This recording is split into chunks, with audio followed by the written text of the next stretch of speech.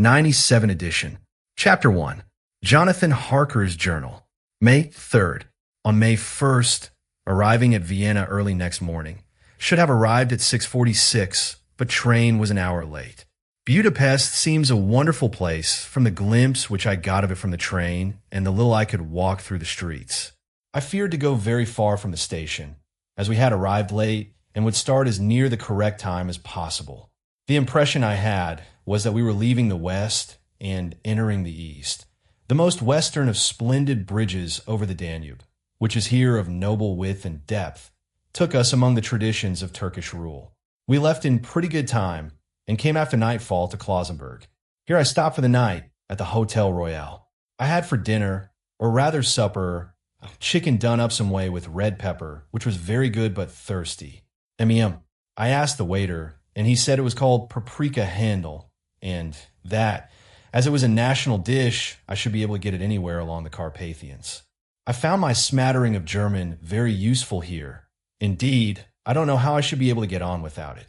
Having had some time at my disposal when in London, I had visited the British Museum and made search among the books and maps in the library regarding Transylvania. It had struck me that some foreknowledge of the country could hardly fail to have some importance in dealing with a nobleman of that country. I find that the district he named is in the extreme east of the country, just on the borders of 3 states, Transylvania, Moldavia, and Bukovina, in the midst of the Carpathian Mountains, one of the wildest and least known portions of Europe. I was not able to light on any map or work giving the exact locality of the Castle Dracula, as there are no maps of this country as yet to compare with our own Ordnance Survey maps. But I found that Bistritz, the post town named by Count Dracula, is a fairly well-known place. I shall enter here some of my notes, as they may refresh my memory when I talk over my travels with Mina. In the population of Transylvania, there are 4 distinct nationalities. Saxons in the south, and mixed with them the Wallachs, who are the descendants of the Dacians, Magyars in the west, and Sikelis in the east and north. I am going among the latter, who claim to be descended from Attila and the Huns. This may be so, for when the Magyars conquered the country in the 11th century, they found the Huns settled in it. I read that every known superstition in the world is gathered into the horseshoe of the Carpathians, as if it were the center of some sort of imaginative whirlpool. If so, my stay may be very interesting. I did not sleep well, though my bed was comfortable enough, for I had all sorts of queer dreams. There was a dog howling all night under my window, which may have had something to do with it. Or it may have been the paprika, for I had to drink up all the water in my carafe and was still thirsty. Towards morning, I slept and was wakened by the continuous knocking at my door. So I guess I must have been sleeping soundly then. I had for breakfast more paprika and a sort of porridge of maize flour, which they said was mamaliga, and eggplant stuffed with forcemeat, a very excellent dish, which they call implatata. I had a hurry breakfast, for the train started a little before 8, or rather it ought to have done so, for after rushing to the station at 7:30, I had to sit in the carriage for more than an hour before we began to move. It seems to me that the further east you go, the more unpunctual are the trains. Why ought they to be in China? All day long we seemed to dawdle through a country which was full of beauty of every kind. Sometimes we saw little towns or castles on the top of steep hills, such as we see in old missals. Sometimes we ran by rivers and streams, which seemed from the wide stony margin on each side of them to be subject to great floods. It takes a lot of water and running strong to sweep the outside edge of a river clear. At every station there were groups of people, sometimes crowds, and in all sorts of attire. Some of them were just like the peasants at home, or those I saw coming through France and Germany, with short jackets and round hats and homemade trousers, but others were very picturesque. The women looked pretty, except when you got near them, but they were very clumsy about the waist. They had all full white sleeves of some kind or other, and most of them had big belts with a lot of strips of something fluttering from them like the dresses in a ballet, but of course there were petticoats under them. The strangest figures we saw were the Slovaks, who were more barbarian than the rest, with their big cowboy hats, great baggy dirty white trousers, white linen shirts, and enormous heavy leather belts, nearly a foot wide, all studded over with brass nails. They wore high boots, with their trousers tucked into them, and had long black hair and heavy black mustaches. They are very picturesque, but do not look prepossessing. On the stage, they would be set down at once as some old Oriental band of brigands. They are, however, I am told, very harmless and rather wanting in natural self-assertion. It was on the dark side of twilight when we got to Bistritz, which is a very interesting old place. Being practically on the frontier for the Borgo Pass leads from it into Bukovina, it has had a very stormy existence, and it certainly shows marks of it.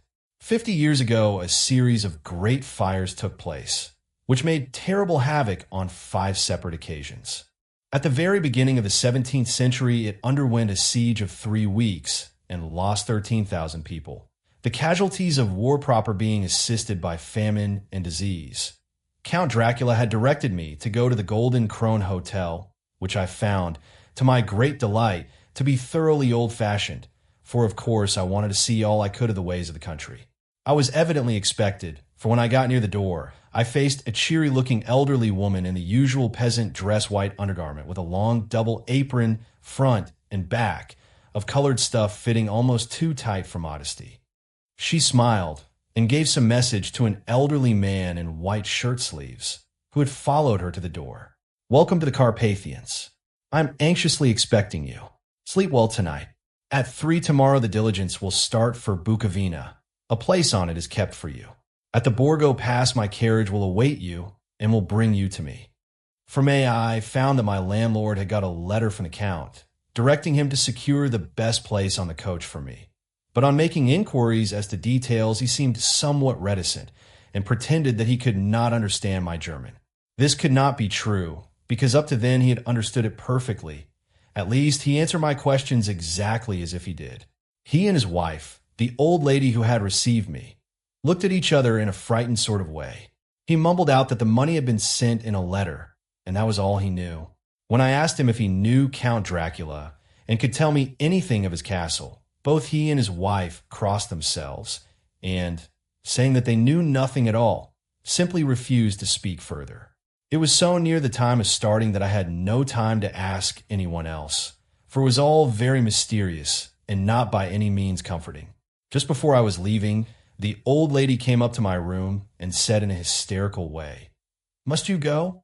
Oh, she was in such an excited state that she seemed to have lost her grip of what German she knew and mixed it all up with some other language which I did not know at all, that I was just able to follow her by asking many questions. I answered that it was the 4th of May. She shook her head as she said again, "Oh yes, I know that." On my saying that I did not understand, she went on, "It is the eve of St. George's Day. Do you not know that tonight, when the clock strikes midnight, all the evil things in the world will have full sway?" She was in such evident distress that I tried to comfort her, but without effect. Finally, she went down on her knees and implored me not to go, at least to wait a day or 2 before starting. It was all very ridiculous, but I did not feel comfortable. However, there was business to be done, and I could allow nothing to interfere with it. I tried to raise her up and said, as gravely as I could, that I thank her, but my duty was imperative and that I must go. She then rose and dried her eyes, and taking a crucifix from her neck, offered it to me. I did not know what to do, for, as an English churchman, I've been taught to regard such things as in some measure idolatrous. And yet it seemed so ungracious to refuse an old lady meaning so well and in such a state of mind. She saw, I suppose, the doubt in my face, for she put the rosary round my neck and said, "For your mother's sake," and went out of the room. I am writing up this part of the diary whilst I am waiting for the coach, which is of course late, and the crucifix is still round my neck. Whether it is the old lady's fear, or the many ghostly traditions of this place, or the crucifix itself, I do not know, but I am not feeling nearly as easy in my mind as usual. If this book should ever reach Mina before I do, let it bring my goodbye. Here comes the coach. May 5th. The gray of the morning has passed, and the sun is high over the distant horizon, which seems jagged, whether with trees or hills I know not, for it is so far off that big things and little are mixed that I am not sleepy, and as I am not to be called till I awake, naturally I write till sleep comes. There are many odd things to put down, and lest who reads them may fancy that I dined too well before I left Bistritz. Let me put down my dinner exactly. I dined on what they called robber steak, bits of bacon, onion, and beef seasoned with red pepper and strung on sticks and roasted over the fire, in simple style of the London cat's meat. The wine was golden meaty ash, which produces a queer sting on the tongue, which is, however, not disagreeable. I had only a couple of glasses of this and nothing else. When I got on the coach, the driver had not taken his seat, and I saw him talking to the landlady.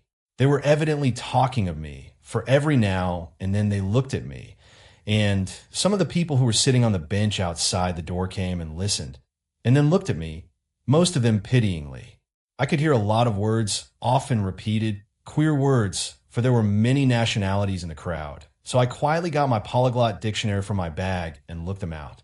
I must say they were not cheering to me, for amongst them were Dog, Satan, Pokol, Hell, Stragoica, which Vrolok and Volkoslack both mean the same thing, one being Slovak and the other Serbian for something that is either werewolf or vampire. When we started, the crowd round the inn door, which had by this time swelled to a considerable size, all made the sign of the cross and pointed 2 fingers towards me. With some difficulty, I got a fellow passenger to tell me what they meant. He would not answer at first, but on learning that I was English, he explained that it was a charm or guard against the evil eye. This was not very pleasant for me, just starting for an unknown place to meet an unknown man. But everyone seemed so kind-hearted and so sorrowful and so sympathetic that I could not but be touched.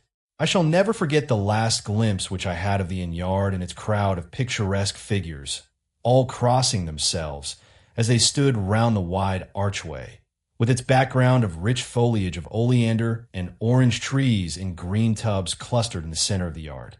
Then our driver, whose wide linen drawers covered the whole front of the box seat, Gotza, they call them, cracked his big whip over his 4 small horses, which ran abreast, and we set off on our journey. I soon lost sight and recollection of ghostly fears in the beauty of the scene as we drove along. Although had I known the language, or rather languages, which my fellow passengers were speaking, I might not have been able to throw them off so easily. Before us lay a green sloping land full of forests and woods, with here and there steep hills, crowned with clumps of trees or with farmhouses, the blank gable end to the road. There was everywhere a bewildering mass of fruit, blossom, apple, plum, pear, cherry. And as we drove by, I could see the green grass under the trees spangled with the fallen petals. In and out amongst these green hills of what they call here the Middle Land ran the road, losing itself as it swept round the grassy curve, or was shut out by the straggling ends of pine woods, which here and there ran down the hillsides like tongues of flame. The road was rugged, but still we seemed to fly over it with a feverish haste. I could not understand then what the haste meant, but the driver was evidently bent on losing no time in reaching Borgo-Prund. I was told that this road is in summertime excellent, but that it had not yet been put in order after the winter snows. In this respect, it is different from the general run of roads in the Carpathians, for it is an old tradition that they are not to be kept in too good order. Of old the hospodars would not repair them, lest the Turks should think that they were preparing to bring in foreign troops, and so hasten the war, which was always really at loading point. Beyond the green swelling hills of the Middle Land rose mighty slopes of forest up to the lofty steeps of the Carpathians themselves. Right and left of us they towered, with the afternoon sun falling full upon them and bringing out all the glorious colors of this beautiful range, deep blue and purple in the shadows of the peaks, green and brown where grass and rock mingled, in an endless perspective of jagged rock and pointed crags, till these were themselves lost in the distance, where the snowy peaks rose grandly. Here and there seemed mighty rifts in the mountains, through which, as the sun began to sink, we saw now and again the white gleam of falling water. One of my companions touched my arm as we swept round the base of a hill and opened up the lofty, snow-covered peak of a mountain, which seemed, as we wound on our serpentine way, to be right before us. Look! And he crossed himself reverently, as we wound on our endless way, and the sun sank lower and lower behind us, The shadows of the evening began to creep round us. This was emphasized by the fact that the snowy mountaintop still held the sunset and seemed to glow out with a delicate cool pink. Here and there we passed Czechs and Slovaks, all in picturesque attire, but I noticed that goiter was painfully prevalent. By the roadside were many crosses, and as we swept by, my companions all crossed themselves.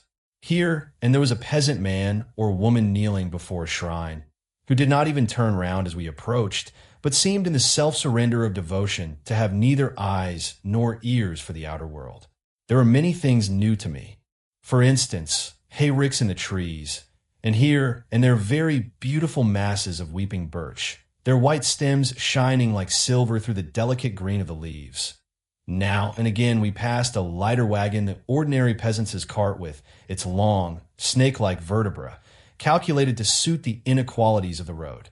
On this were sure to be seated quite a group of homecoming peasants, the Czechs with their white, and the Slovaks with their colored sheepskins, the latter carrying lance-fashion their long staves with axe at end. As the evening fell, it began to get very cold, and the growing twilight seemed to merge into one dark mistiness the gloom of the trees, oak, beech, and pine, though in the valleys which ran deep between the spurs of the hills, as we ascended through the pass. The dark firs stood out here and there against the background of late-lying snow.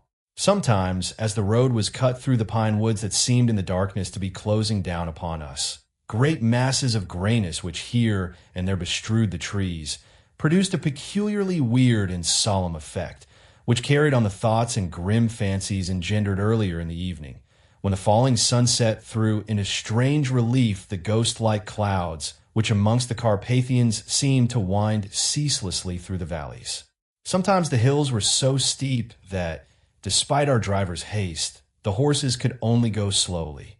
I wished to get down and walk up them, as we do at home, but the driver would not hear of it. No, he said, you must not walk here. The only stop he would make was a moment's pause to light his lamps. When it grew dark, there seemed to be some excitement amongst the passengers, and they kept speaking to him, one after the other, as though urging him to further speed. He lashed the horses unmercifully with his long whip, and with wild cries of encouragement urged them on to further exertions.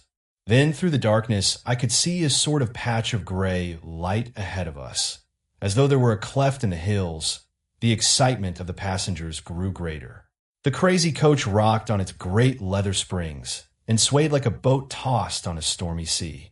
I had to hold on. The road grew more level, and we appeared to fly along. Then the mountains seemed to come nearer to us on each side and to frown down upon us. We were entering on the Borgo Pass. One by one, several of the passengers offered me gifts, which they pressed upon me with an earnestness which would take no denial. These were certainly of an odd and varied kind, but each was given in simple good faith, with a kindly word and a blessing, in that same strange mixture of fear-meaning movements which I had seen outside the hotel at Bistritz, the sign of the cross and the guard against the evil eye. Then, as we flew along, the driver leaned forward, and on each side the passengers, craning over the edge of the coach, peered eagerly into the darkness. It was evident that something very exciting was either happening or expected, but though I asked each passenger, no one would give me the slightest explanation. This state of excitement kept on for some little time, and at last we saw before us the pass opening out on the eastern side. There were dark, rolling clouds overhead, and in the air the heavy, oppressive sense of thunder. It seemed as though the mountain range had separated two atmospheres, and that now we had got into the thunderous one. I was now myself looking out for the conveyance which was to take me to the Count. Each moment I expected to see the glare of lamps through the blackness, but all was dark. The only light was the flickering rays of our own lamps, in which the steam from our hard-driven horses rose in a white cloud. We could see now the sandy road lying white before us, but there was on it no sign of a vehicle. The passengers drew back with a sigh of gladness, which seemed to mock my own disappointment. Then, turning to me, he spoke in German worse than my own. "There is no carriage here. The Herr is not expected after all." Whilst he was speaking, the horses began to neigh and snort and plunge wildly, so that the driver had to hold them up. Then, Amongst a chorus of screams from the peasants and a universal crossing of themselves, a caleche with 4 horses drove up behind us, overtook us, and drew up beside the coach. I could see from the flash of our lamps as the rays fell on them that the horses were coal-black and splendid animals. They were driven by a tall man with a long brown beard and a great black hat, which seemed to hide his face from us. I could only see the gleam of a pair of very bright eyes, which seemed red in the lamplight, as he turned to us. To which the stranger replied, "That is why, I suppose, you wished him to go on to Bukovina. You cannot deceive me, my friend." As he spoke, he smiled, and the lamplight fell on a hard-looking mouth, with very red lips and sharp-looking teeth, as white as ivory. One of my companions whispered to another the line from Berger's Lenore. The strange driver evidently heard the words, for he looked up with a gleaming smile. The passenger turned his face away, at the same time putting out his 2 fingers and crossing himself. "Give me the hare's luggage," said the driver, and with exceeding alacrity my bags were handed out and put in the caleche. Then I descended from the side of the coach, as the caleche was close alongside, the driver helping me with a hand which caught my arm in a grip of steel. His strength must have been prodigious. Without a word, he shook his reins, the horses turned, and we swept into the darkness of the pass. As I looked back, I saw the steam from the horses of the coach by the light of the lamps, and projected against it the figures of my late companions crossing themselves. Then the driver cracked his whip and called to his horses, and off they swept on their way to Bukovina. As they sank into the darkness, I felt a strange chill and a lonely feeling come over me. But a cloak was thrown over my shoulders and a rug across my knees, and the driver said in excellent German, "The night is chill, mein Herr, and my master the Count bade me take all care of you." I did not take any, but it was a comfort to know it was there all the same. I felt a little strangely and not a little frightened. I think had there been any alternative, I should have taken it, instead of prosecuting that unknown night journey. The carriage went at a hard pace straight along, then we made a complete turn and went along another straight road. It seemed to me that we were simply going over and over the same ground again, and so I took note of some salient point and found that this was so. I would have liked to have asked the driver what this all meant, but I really feared to do so, for I thought that, placed as I was, any protest would have had no effect in case there had been an intention to delay. By and by, however, as I was curious to know how time was passing, I struck a match, and by its flame looked at my watch. It was within a few minutes of midnight. This gave me a sort of shock, for I suppose the general superstition about midnight was increased by my recent experiences. I waited with a sick feeling of suspense. Then a dog began to howl somewhere in a farmhouse far down the road, a long, agonized wailing as if from fear. The sound was taken up by another dog, and then another and another, till, borne on the wind which now sighed softly through the pass, a wild howling began, which seemed to come from all over the country, as far as the imagination could grasp it through the gloom of the night. At the first howl the horses began to strain and rear, but the driver spoke to them soothingly, and they quieted down, but shivered and sweated as though after a runaway from sudden fright. Then, far off in the distance, from the mountains on each side of us began a louder and a sharper howling, that of wolves, which affected both the horses and myself in the same way. For I was minded to jump from the caleche and run, whilst they reared again and plunged madly, so that the driver had to use all his great strength to keep them from bolting. In a few minutes, however, my own ears got accustomed to the sound, and the horses so far became quiet that the driver was able to descend and to stand before them. He petted and soothed them, and whispered something in their ears, as I have heard of horse tamers doing, and with extraordinary effect, for under his caresses they became quite manageable again, though they still trembled. The driver again took his seat, and shaking his reins, started off at a great pace. This time, after going to the far side of the pass, he suddenly turned down a narrow roadway, which ran sharply to the right. Soon we were hemmed in with trees, which in places arched right over the roadway till we passed as through a tunnel. And again great frowning rocks guarded us boldly on either side. Though we were in shelter, we could hear the rising wind, for it moaned and whistled through the rocks, and the branches of the trees crashed together as we swept along. It grew colder and colder still, and fine, powdery snow began to fall, so that soon we and all around us were covered with a white blanket. The keen wind still carried the howling of the dogs, though this grew fainter as we went on our way. The baying of the wolves sounded nearer and nearer, as though they were closing round on us from every side. I grew dreadfully afraid, and the horses shared my fear. The driver, however, was not in the least disturbed. He kept turning his head to left and right, but I could not see anything through the darkness. Suddenly, away on our left, I saw a faint flickering blue flame. The driver saw it at the same moment. He at once checked the horses and, jumping to the ground, disappeared into the darkness. I did not know what to do, the less as the howling of the wolves grew closer.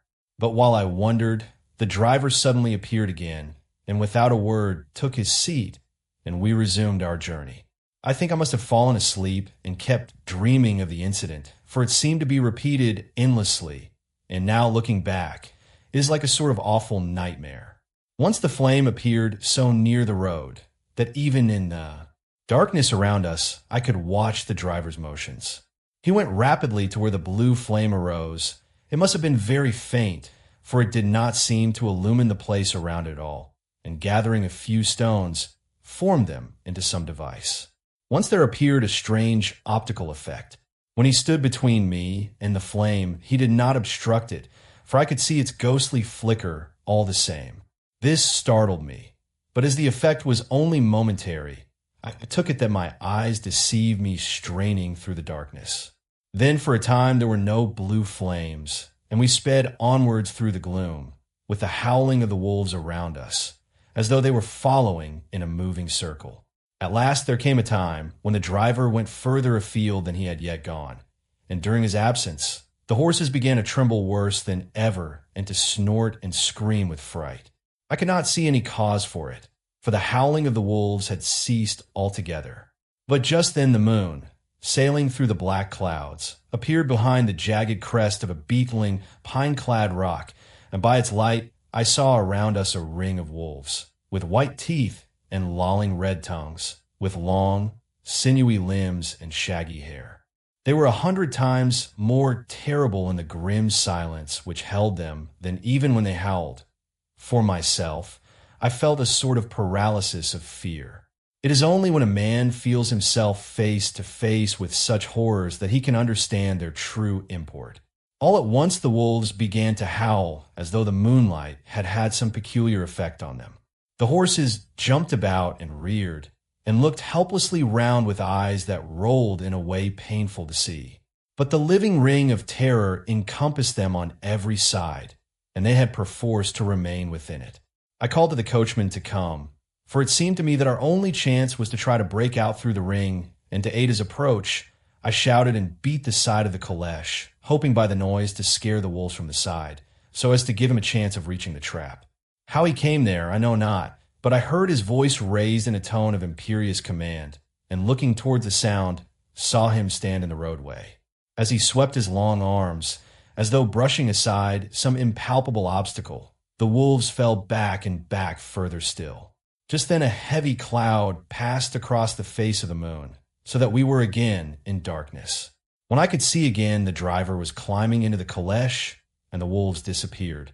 This was all so strange and uncanny that a dreadful fear came upon me, and I was afraid to speak or move.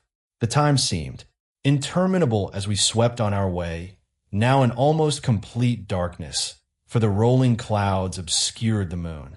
We kept on ascending, with occasional periods of quick descent, but in the main always ascending. Suddenly, I became conscious of the fact that the driver was in the act of pulling up the horses in the courtyard of a vast ruined castle, from whose tall black windows came no ray of light, and whose broken battlements showed a jagged line against the sky.